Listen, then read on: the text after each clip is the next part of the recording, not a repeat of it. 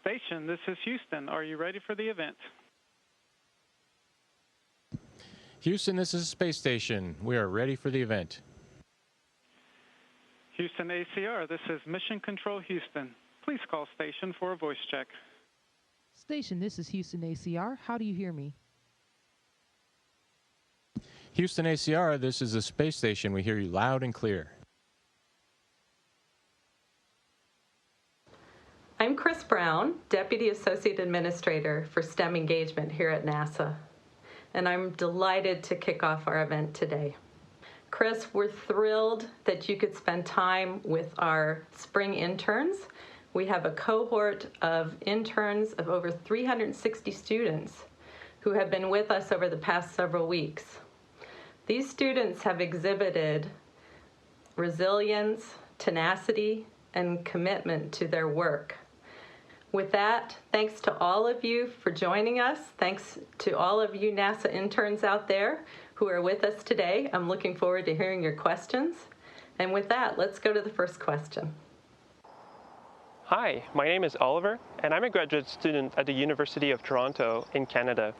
I'm currently an intern at NASA's Jet Propulsion Laboratory, where I work on improving the long-term autonomy of future rovers.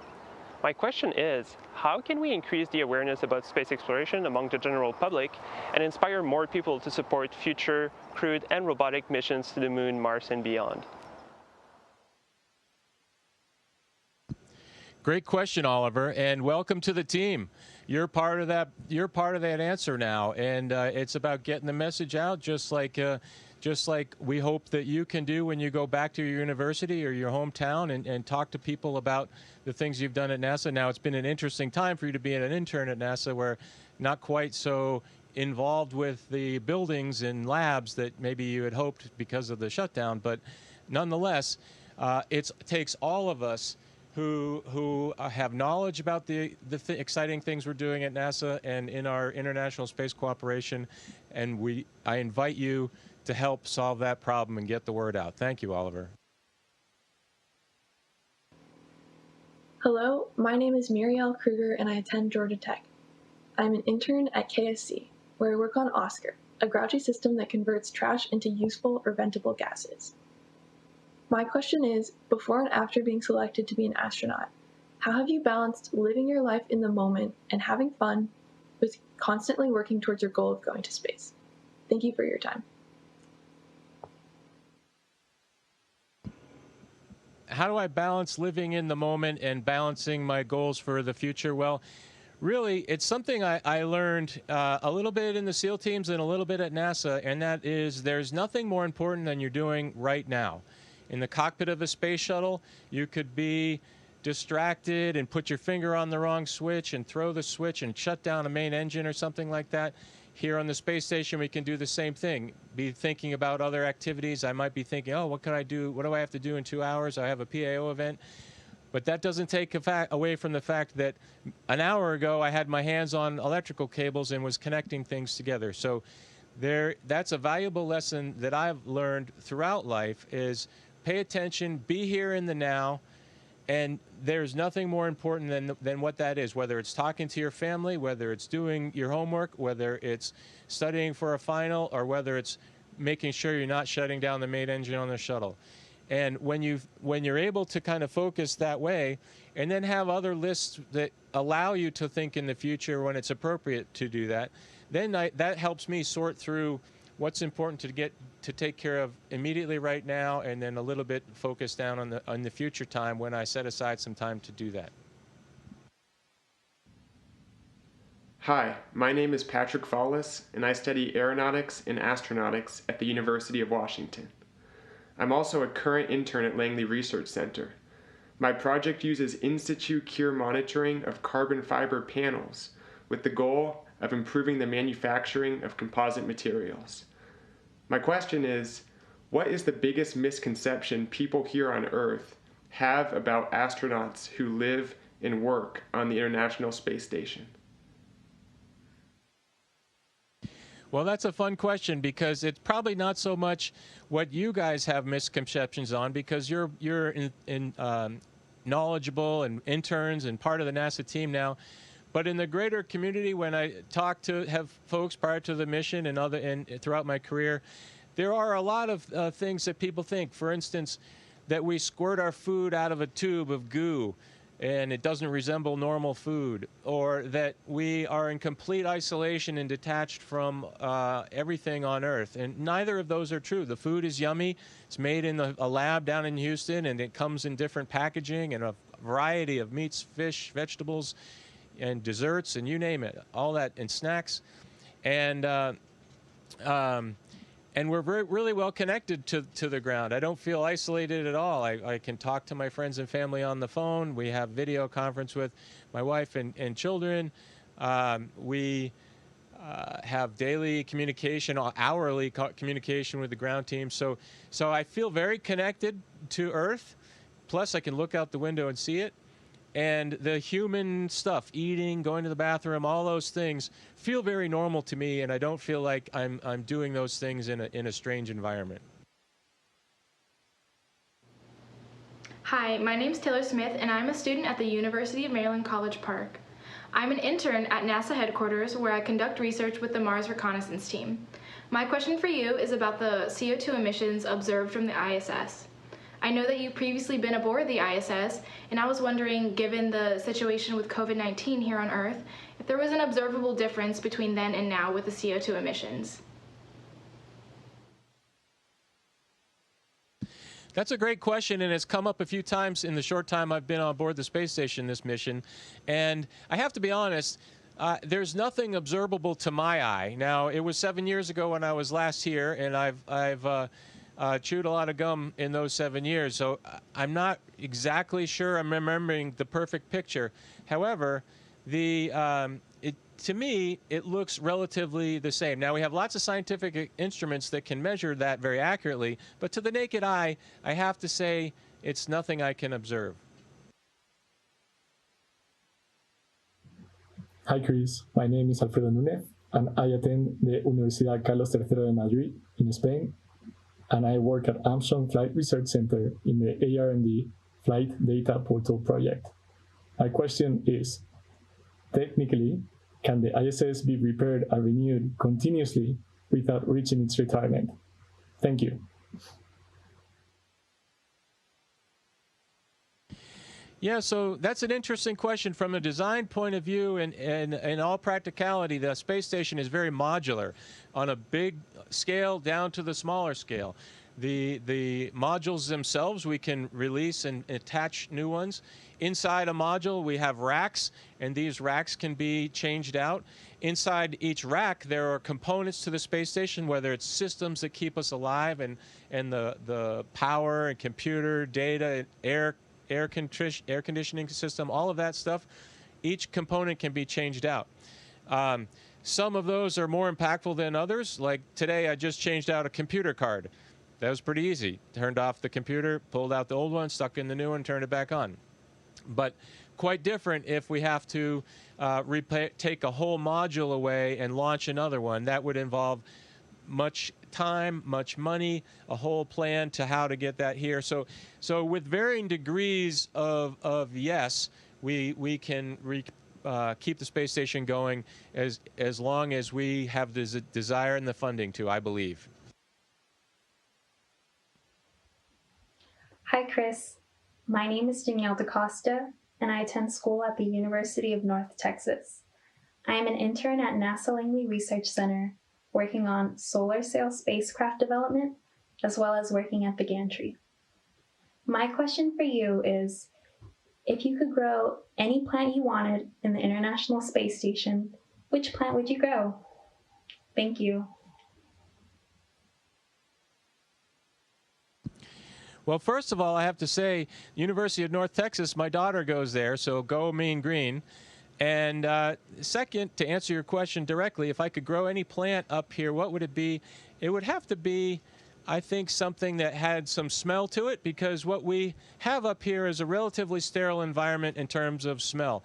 With what you associate nice smells on Earth, the seashore, fresh cooked grass, maybe something cooking in the oven, or a nice citrus fruit or a flower. We don't have any of those smells. So maybe like an orange tree or something along those lines. Probably an orange.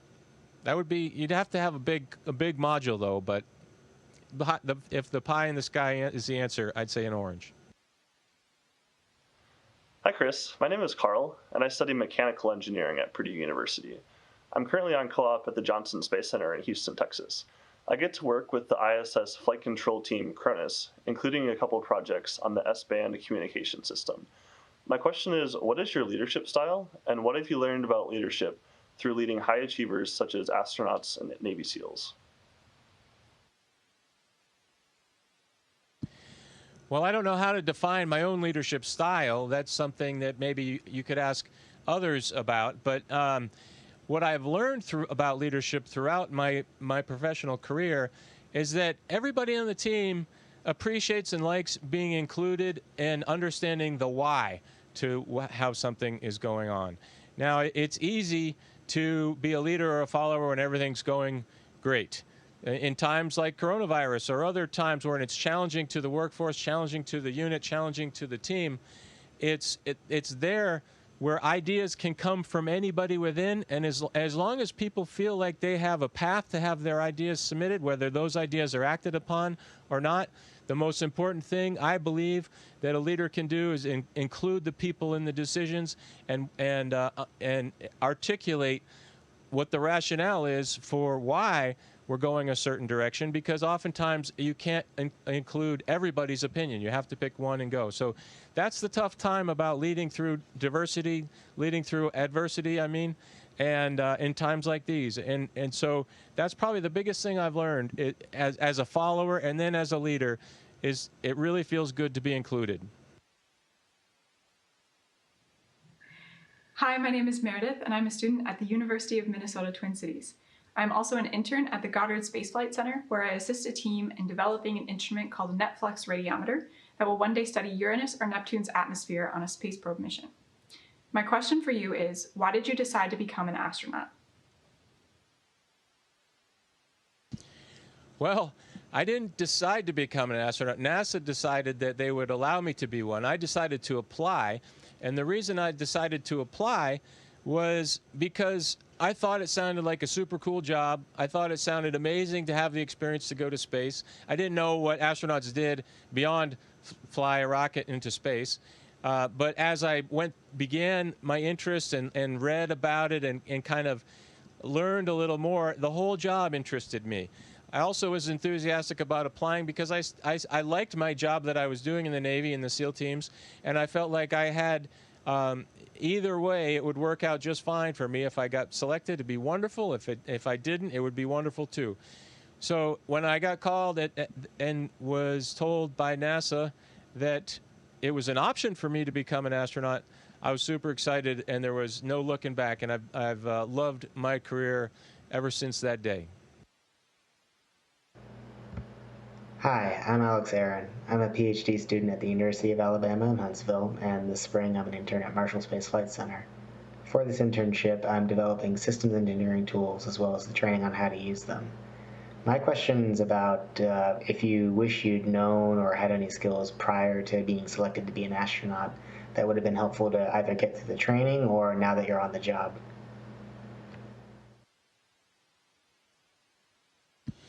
Well, surprisingly, the answer to that is very non-technical. I found that the training system at NASA is fantastic, and all of the technical things, whether or not you have skill in them at the beginning, you can get there in the end. So the answer I have for you is more for the other side of my brain, and that's to speak a language. It's been very challenging for me over these years to learn the little bit of Russian that I can speak now, and I wish that I had the ability to thoroughly articulate my thoughts in Russian to my crewmates. We do get along just fine with our language up here. We speak a mix of English and Russian, Runglish we call it, and it works. But sometimes I'm at a loss to really convey the nuance of the situation or if it's a joke or something like that. So I wish I was a better linguist, and that would serve me well here in my time on the space station and in training. Hi, my name is Precious Fatimiraye, and I attend the University of Houston Clear Lake, where I'm studying computer science. I'm currently interning at NASA Johnson Space Center, and I support software for the exercise devices. My question for you, Chris, when you're in an isolated environment such as the ISS, what do you find to be the best workout routine for yourself?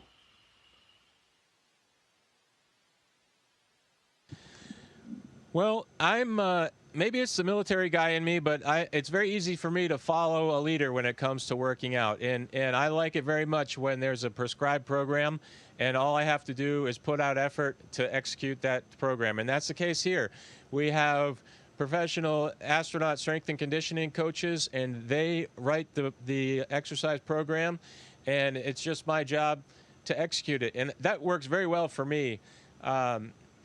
All of us have probably experienced this back at home in a normal gym, where you go to the gym and you show up there and you just kind of are at a loss for what to do.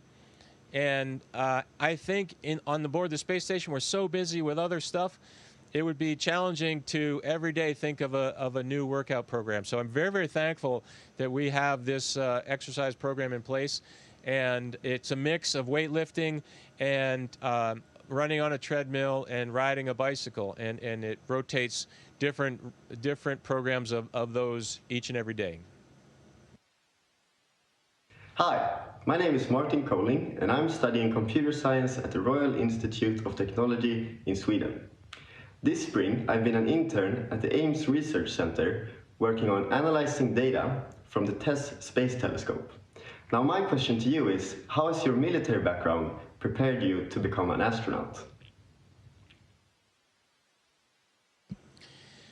Well, I think my military background, you probably get a common answer if you talk to any military astronaut, and that is, we become in an operational environment in the military. You get very used to looking around, thinking in a three-dimensional way, and talking on the radio all at the same time. And it's called situational awareness, passing your knowledge to others so the whole collective group can have the same awareness about, in the military, the battlefield or the problem you're trying to solve.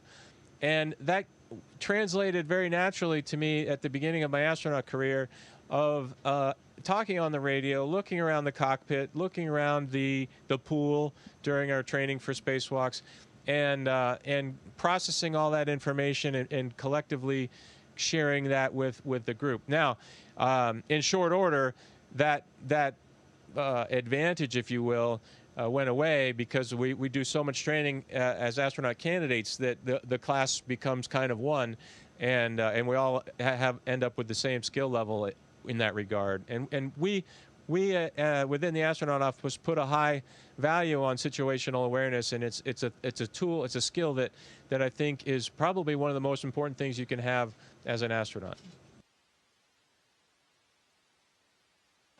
Hi, my name is Nama Glauber. I attend the Hebrew University in Jerusalem, Israel, and I am an alumna of the International Space University. I interned with NASA Ames Research Center at California, where I work on a project named Delta, which aimed to predict natural disaster from satellite imagery using machine learning technique. My question is, if or what changed that might be affected due to the coronavirus situation and the lockdown can be seen from the International Space Station with naked eyes?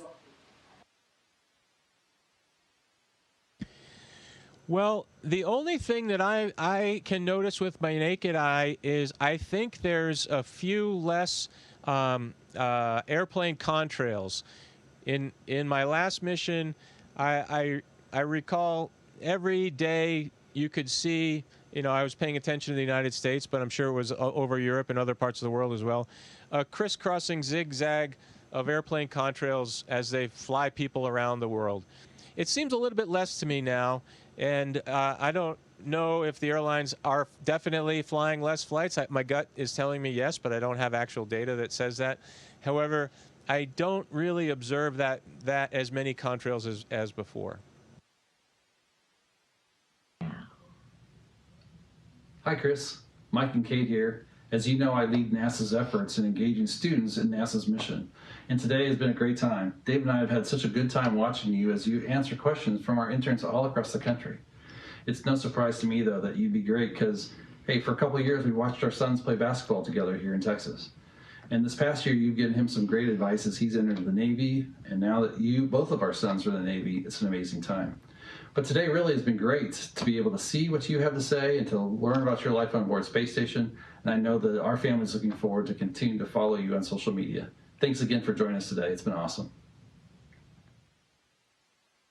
Thanks a lot, Mike. I really appreciate it. And to all you interns, thank you very much for your service to NASA. It's been a crazy time for you to join, but we really look forward to having you on board and helping us in the long haul, continue our exploration of space. Thank you very much. Station, this is Houston ACR. That concludes our event as we count down to 20 continuous years of humans living and working on the International Space Station. Thank you.